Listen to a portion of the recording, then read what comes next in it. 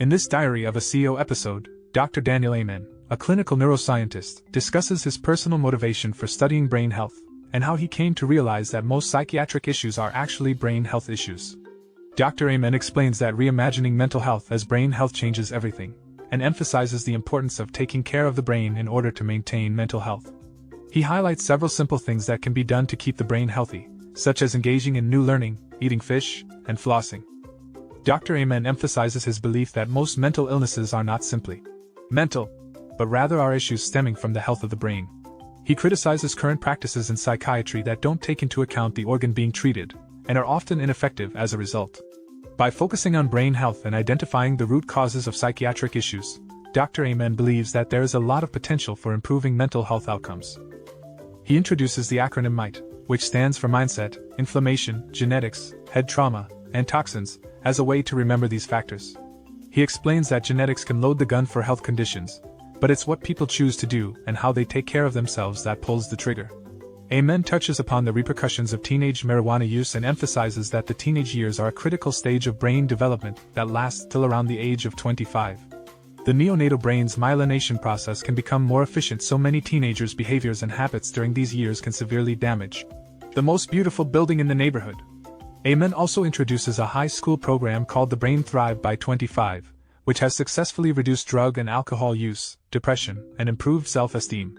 Amen further encourages people to read the labels of personal care products, as they may contain hormone disruptors, leading to a decline in testosterone levels in young males. The conversation also touches on the impact of cosmetic products on hormone levels and the decline in testosterone levels over the last 20 years. Amen cites scientific research to support the idea that certain personal care products can have a negative impact on hormone levels and encourages individuals to be mindful of the products they use. Daniel Amen talks about the importance of monitoring hormone levels, specifically DHEA, testosterone, thyroid, estrogen, and progesterone. He recommends annual testing, especially for women, since progesterone levels drop about 10 years before menopause, which can lead to increased anxiety, sleep disturbances, and relationship problems. He believes that hormonal imbalances can have a significant impact on brain health, and women, in particular, are at risk of Alzheimer's because men's brains aren't used to having estrogen, which is prevalent in women. He also advocates for hormone replacement therapy, arguing that age-related hormone drops are nature's way of eliminating us, whereas he wants to stick around for as long as possible. The significance of hormones in physical and mental health is illustrated through his personal anecdote about his wife's polycystic ovarian syndrome, PCOS, leading to her hormone imbalance, causing her to struggle to commit in their relationship. Treating the PCOS with hormone therapy enabled her to become more committed, but she still surprised him by getting a poodle after previously wanting a large dog. Amen also notes that caffeine can harm sleep, and he recommends doing things that promote better sleep, as sleep is crucial for overall well-being. He employs hypnotherapy to help patients struggling with chronic sleep difficulty. However, he also emphasizes avoiding things that can disrupt sleep quality, highlighting the importance of getting appropriate care for addressing sleep problems. According to Amen, there are certain things that people should avoid before sleeping, such as eating right before bed, as it can cause a non-dipper effect leading to higher risks of heart attack and stroke. He also suggested that a warm, noise-free, and dark room can help promote better sleep.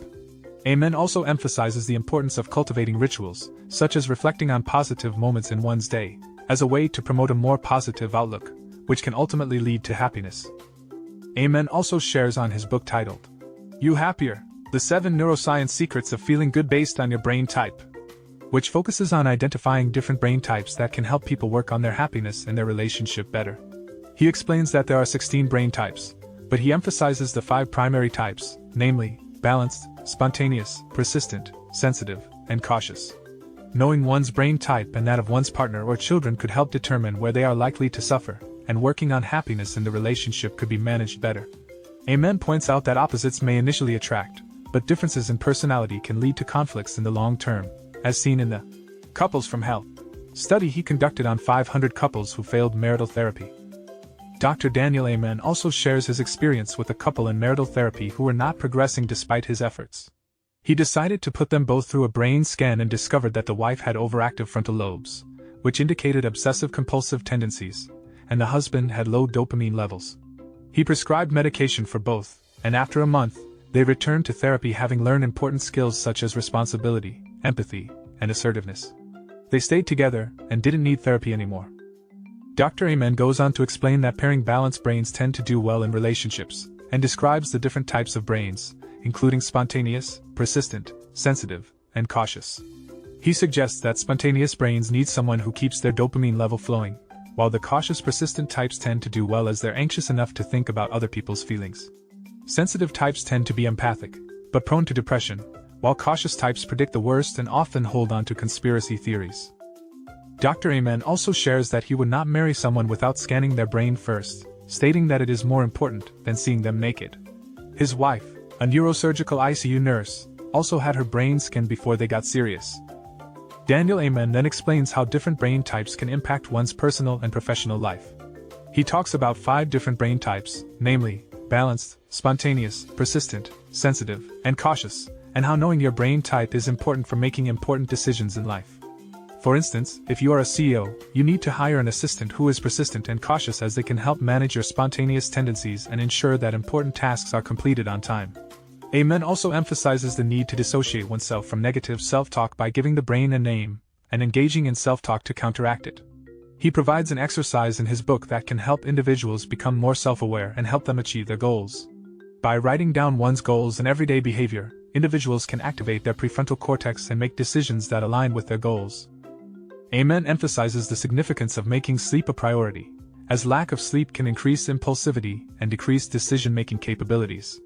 He also stresses the importance of a healthy diet, noting that low blood sugar can lead to spontaneous behavior. Amen suggests that different brain types may require different diets and supplements, and that intense aerobic exercise can boost dopamine levels.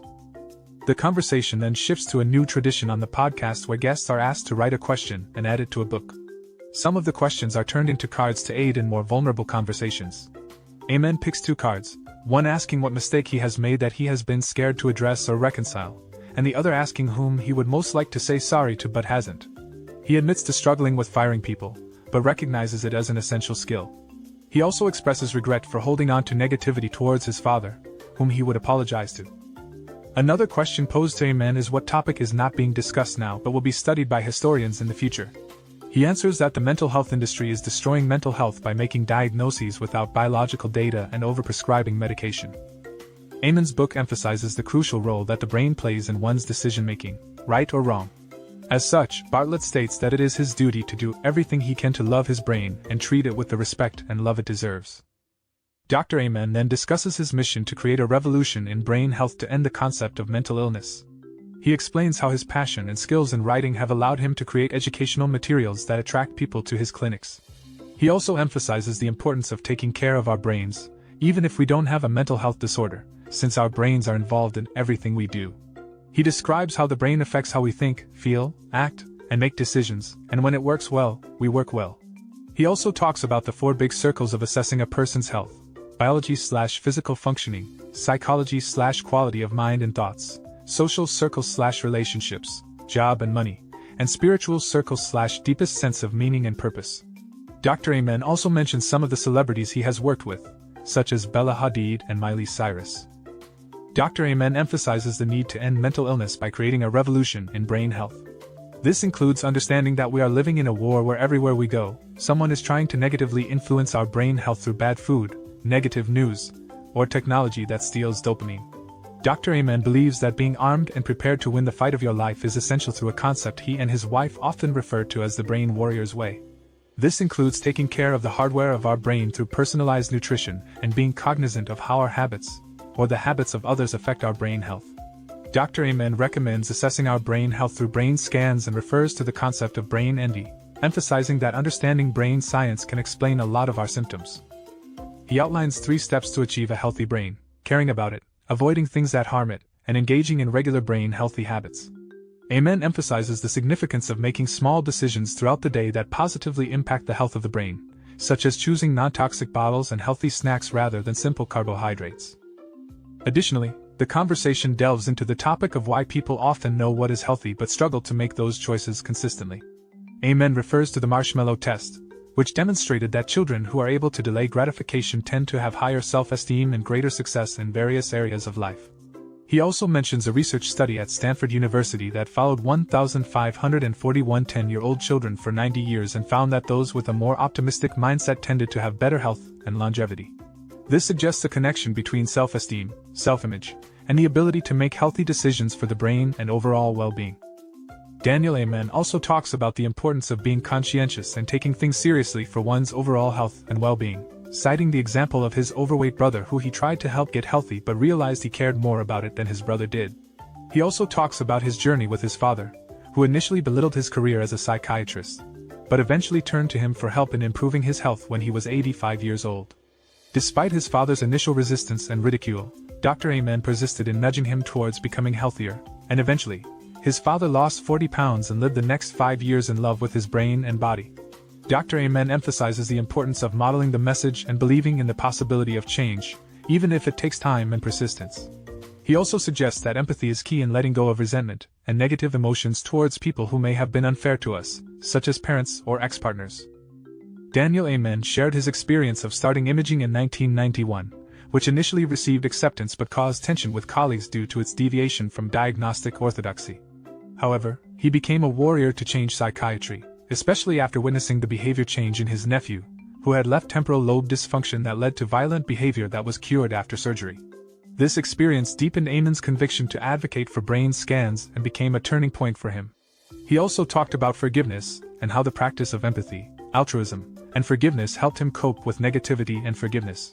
Specifically, he has used brain scans to increase forgiveness, even for his father who was masterful at holding grudges due to his busy anterior cingulate.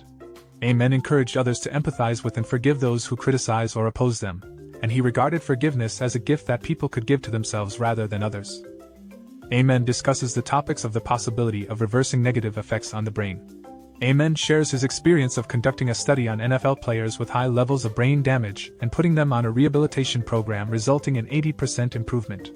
He also shares a personal story of his grandmother becoming sweeter and more kind after taking medication to increase her serotonin levels.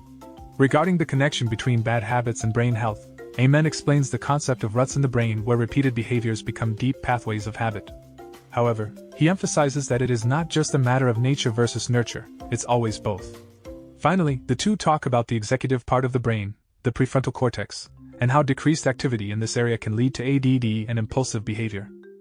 Amen discusses how attention deficit disorder, ADD, is heritable and often runs through family lines. He also mentions that an elimination diet can help in curing ADD.